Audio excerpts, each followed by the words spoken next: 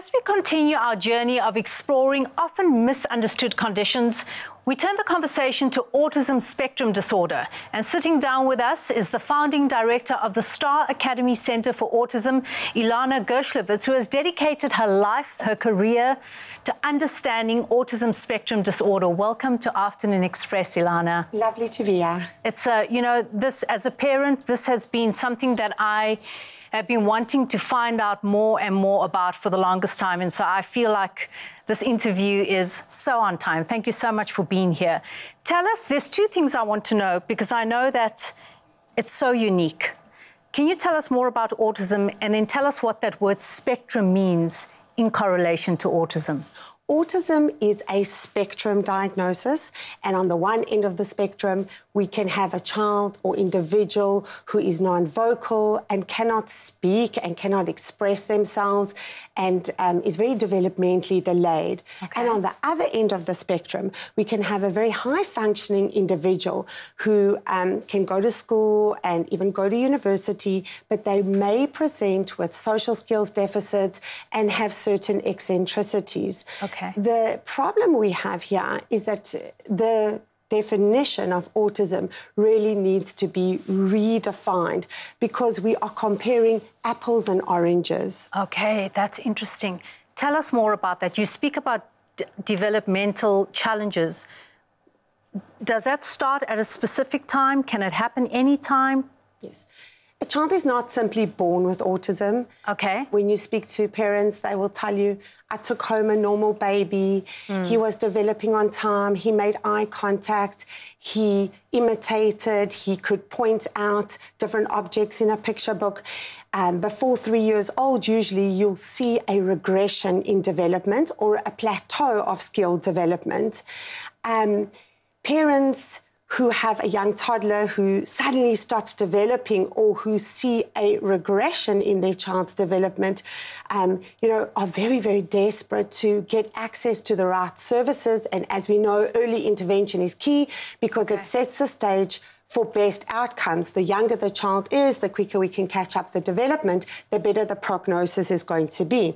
Now, on the other end of the spectrum, you have very high-functioning autistic adults, and their needs and access to services look completely different to the needs of parents trying to raise children who are developmentally delayed.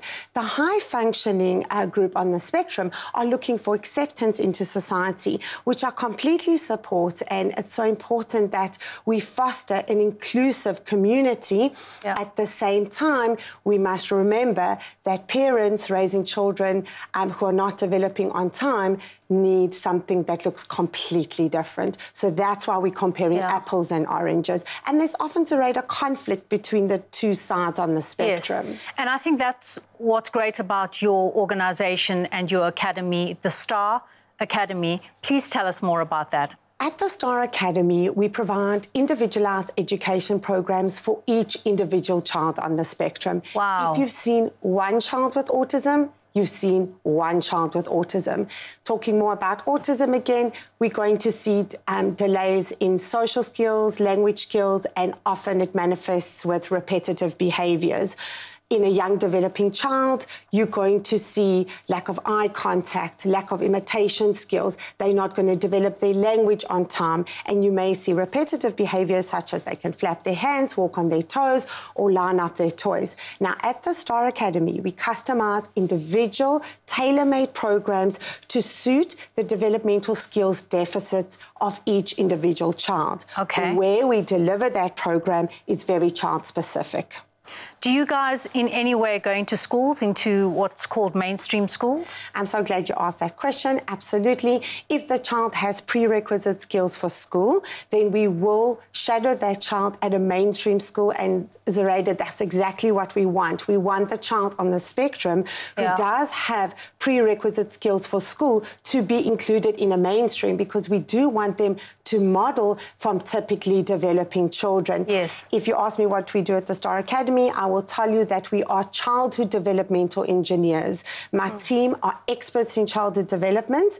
We are going to tailor-make a program for each child, and you're going to get a team of tutors who are going to work in a one-on-one setting for that child, We follow a teaching methodology called ABA, which is Applied Behavior Analysis, a methodology that incorporates teaching strategy and behavior management strategies. That is the methodology we follow. And then the developmental curriculum guides us on how to tailor-make a program for each child. So together with the developmental curriculum and the methodology, that's our magic formula. That sounds incredible. I'm really excited about this book, and we're going to talk about this soon. I cannot wait to read this. It's called Saving My Sons. If you are a parent or caregiver with a child who has been diagnosed with autism, please stay tuned. Ilana, you are incredible, and you are doing angel work. Ilana will be joining us to share insights on parenting with autism. We'll see you in a bit.